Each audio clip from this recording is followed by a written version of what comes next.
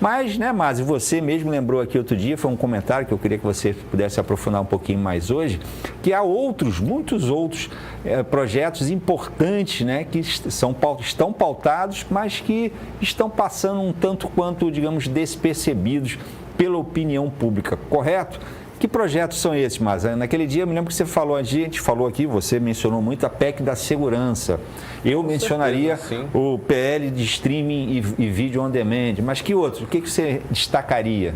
A gente poderia passar um bom tempo aqui falando, vou pensar alguns que me vêm até aqui de cabeça que eu estava pensando agora há pouco, né? O PL da anistia acaba sendo o assunto dominante, né? Porque há o interesse de impor também uma paralisia nas discussões da sociedade, né? Ali por parte do PL, até que isso seja resolvido de alguma forma ali, claramente com o intuito de tentar trazer algum benefício para o Jair Bolsonaro, principalmente no momento que começa a se apertar o cerco contra ele na justiça, né? Ele já está réu e há uma perspectiva muito clara da forma como está colocado do jogo aí, os julgamentos que estão sendo feitos com relação ao 8 de janeiro, que ele vai ser preso, né, no julgamento ali com relação à denúncia que ele tem contra a PGR. Então, se pauta, né, se atravessa muito essa questão, já chegou-se literalmente a obstruir, né, a bancada do PL ali, a oposição, qualquer votação na casa, quando tem muitos assuntos urgentes sendo discutidos aí. Vamos lembrar, né, não concluímos ainda, o Brasil não tem a regulamentação completa da reforma tributária que foi aprovada no passado. É engraçado, né, Tardan? Porque é o tipo de coisa que qualquer deputado que vá dar qualquer declaração em qualquer lugar reforça aquilo ali como prioridade máxima do país, como a coisa mais importante.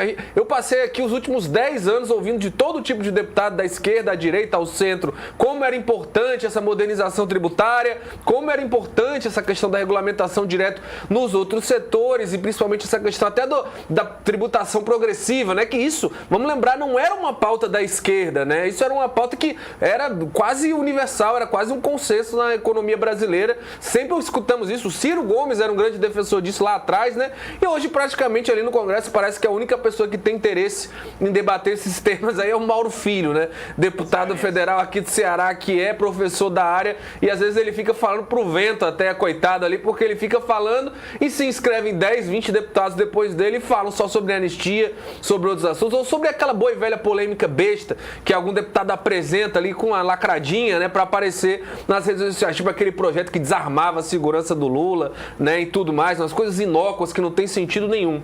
Mas voltando ao que a gente estava falando, né, as regulamentações previstas para a reforma tributária são muito importantes e estão aí num limbo há bastante tempo. Há o ponto mais óbvio, né, que está gritante aí, que é a questão da ampliação da faixa de isenção no imposto de renda, que entraria nessa regulamentação, né, que o governo quer propor ali 5 mil. A oposição critica porque fala, ó, se fizesse 5 mil, e, né, vai precisar de uma contrapartida. A contrapartida que o governo está dando hoje é a questão ali de taxar lucros de dividendos, né, remessa às vezes voltar um imposto com relação a grandes fortunas. Aí o pessoal critica, não quer isso, mas não propõe alternativas, né, Tardan? No parlamento, que deveria ter esse debate, deveria ter um diálogo propositivo e construtivo, a gente vê hoje o risco de aprovar a questão da isenção dos 5 mil, porque nenhum deputado vai ter coragem de votar contra isso, né? Se queima nas bases. É um projeto de um apelo popular muito forte. A gente já viu declarações de deputados até do PL reconhecendo isso, mas ali na hora dessa contrapartida não vão oferecer uma contrapartida adequada, nem deixar fazer o que o governo está propondo. Então pode criar um risco até de criar uma paralisia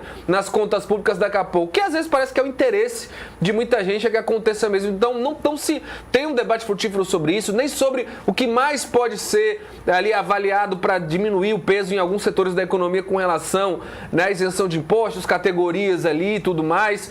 Aí você tem a PEC da segurança, que é muito importante, né? O governo, a maioria das propostas hoje que ele tem ali na PEC da segurança são meio criticadas, principalmente num ponto, né?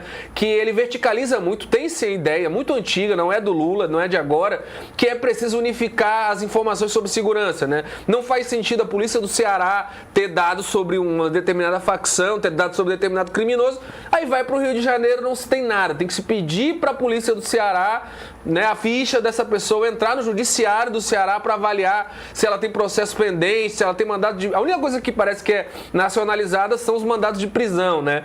Aí, então, tinha o interesse antigo de nacionalizar isso, unificar num banco de informações de inteligência, e aí você tem resistência principalmente dos políticos de direita que usam da segurança pública como carro-chefe, né? Que é Goiás ali com o Ronaldo Caiado, pré-candidato à presidência da República, e o Tarcísio de Freitas em São Paulo, pré-candidato à presidência da República, mesmo que finja que não é, né? Porque não quer desagradar ali o Jair Bolsonaro. Aí é engraçado que fica essa história, né? Eles criticam essa proposta de federalização feita pelo governo federal e não oferecem nada em troca, né? E me parece que eles só criticam porque é o Lula o presidente. Se fosse o Bolsonaro, aceitariam, ou daqui a um ano, se eles são eleitos na eleição do ano que vem, eles vão propor a mesma coisa. E aí é engraçado, que a gente estava falando aqui na segunda-feira, o Eumano de Freitas, governador do PT do Ceará, estava tentando dar um viés mais propositivo. Ele criticou, mesmo sendo do partido do Lula, disse que a proposta do governo federal é insuficiente e coloca alguns pontos que precisam ser debatidos. Ele fala lá, vamos atualizar a nossa lei contra a lavagem de dinheiro, ela é de 98, né? As facções criminosas não eram nada comparado com o que é hoje, no nível de estar entranhada nessa questão da sociedade, de ter negócio com internet, com construção, posto de gasolina. Lavagem de dinheiro, ocultação de bens.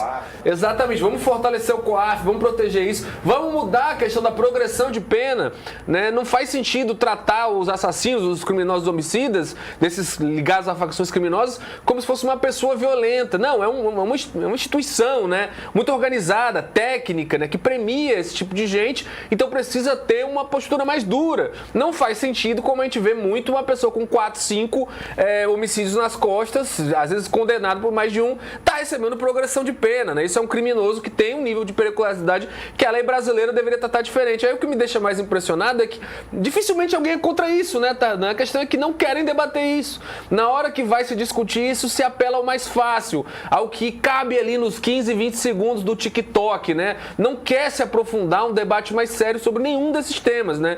E tem outros aqui que eu estava anotando, até pensando, que é a questão dos super salários. O Haddad já deu a dica. O Fernando Haddad deu ali numa declaração 2, 3 meses atrás, a oposição quer discutir fim de super salário, fim de mordomia, a gente puxa. Só que o governo não quer tomar, né, isso só para ele, quer dividir, quer uma discussão sobre como vai tratar super salários, como vai tratar isso no imposto de renda, na aposentadoria, o judiciário, o exército, forças armadas, né, a questão também, às vezes muito delegados, auditores fiscais, são categorias muito fortes e que geralmente são as que conseguem ganhar um pouco além disso, né, ou às vezes ganhar muito mais do que isso. Então o Haddad queria dividir o peso de debater um tema tão delicado com a oposição. E é engraçado, porque a oposição em off no videozinho fala, né? Acabar com a mamata, acabar com a mordomia. Na hora que se propõe um debate sobre isso, aparece alguém para discutir? Não aparece ninguém, né? Faz mais de 2, 3 meses que o Haddad deu essa declaração. Algum deputado da oposição se dignou a dar algum tipo de resposta com esse sentido? Que é isso, né? Na hora do discurso fácil ali, é muito fácil falar isso. Na hora de comprar uma briga com classes poderosas para tratar dessa questão, porque o Brasil quer, a população quer isso, né? É um tema que você não vai achar pouquíssimos, fora esses próprios setores privilegiados, que não queiram discutir isso, né? Que tá ganhando acima de um teto que hoje já é alto, já é de 30 e tantos, 40 mil reais, né? Enfim, né?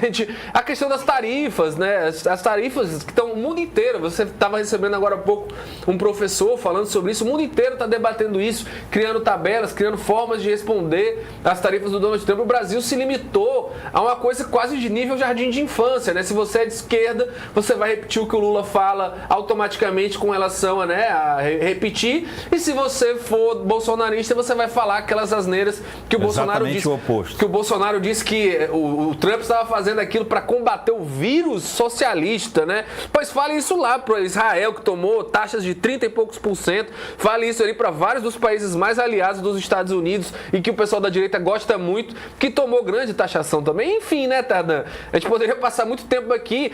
Fora que tem a questão, o que não é assunto é trabalho desse pessoal buscar dentro da população brasileira, né? Formas de falar, de deixar isso claro com relação a isso. Mas agora aqui a gente consegue pensar nos muito rapidamente, né? A própria questão, às vezes, que a oposição criticou muito a questão da taxação, que poderia acontecer no Pix? Por que não se discute, então, uma forma de positivar na nossa lei um impedimento com relação a isso? Parece que não há interesse porque esses assuntos são complexos, né? Não vai dar para gravar um videozinho de 15, 20 segundos, botar ali aquele óculos e tal e tá resolvida a coisa. Então, muita gente não quer passar dessa barreira, né, Tardan? Porque o que eles veem de ganho político para eles é muito pequeno, não vale a pena muitas vezes entrar nesses debates mais complexos. Uma pena, né? Porque é o que o Brasil efetivamente precisa.